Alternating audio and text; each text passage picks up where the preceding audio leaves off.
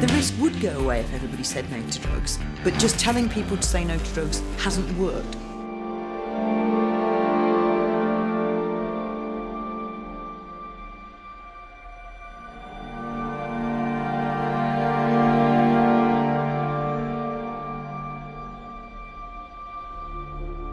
A mother close to me cried pretty much every day of the last 20-odd years of her life because of the death of her middle child to heroin.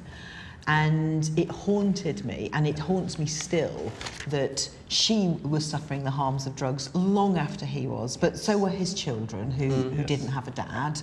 And so was he. You know, something was clearly badly wrong.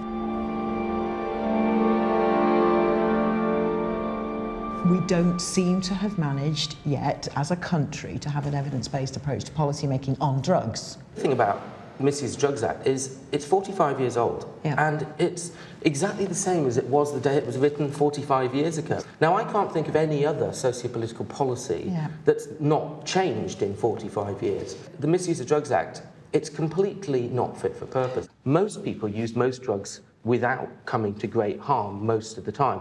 So what's the difference then between drug use and drug misuse and addiction? And what I bring to this is trauma and child abuse and poverty and social exclusion and poor education and poor housing, a lack of opportunities.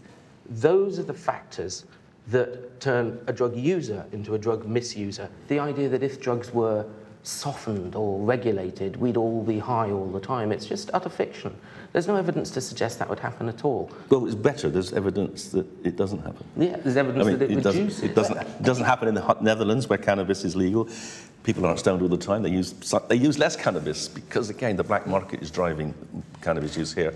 So Portugal, 15 years ago, decriminalised personal possession of all drugs.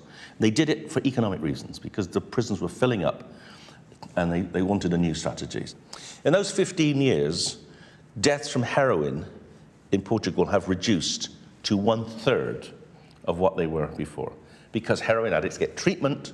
They don't just get put in prison, or they don't get just punished.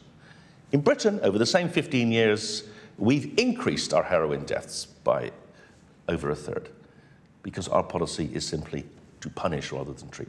At the moment, it feels so alien that we could change it. But just imagine if we changed it, we had regulated drugs market, and actually it worked. I have seen the harm that alcohol and other drugs cause, and I have seen it up close. I've seen it in my personal life as well as my political life. And I think seeing it in my personal life and being affected by it motivates me. There are many, many social problems that affect everybody else that are caused by drug misuse, such as antisocial behaviour or drug litter. One way or another, we are all paying for the misuse of drugs, whether we take them or not. We're all paying for it.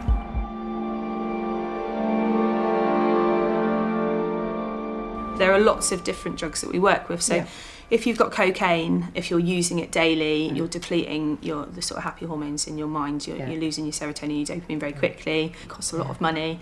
So before you know it, there's debt piling up. With cannabis, it's only been recognised recently that there's a cannabis withdrawal syndrome. So if you use quite regularly for a period of time and then try to stop, you can get physical and psychological difficulties. We don't tend to see referrals for MDMA and psychedelics as a main drug, but they tend to be a secondary or third drug that people use but don't tend to want to address at that point, because that's their fun drug that they're not addicted to.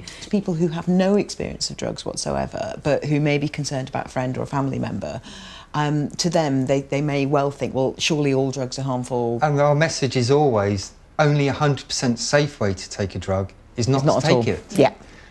But if someone has the information, knows the risks, and is able to make an informed decision, that's their right. I don't know yet if complete abolition of all drugs laws is the answer. Let's say all drugs were legalised. I'd still have to explain to the next mother of a child that died why I'd decided that it was okay to legalise drugs. But I'm also struck by the fact that it is illegal isn't stopping them.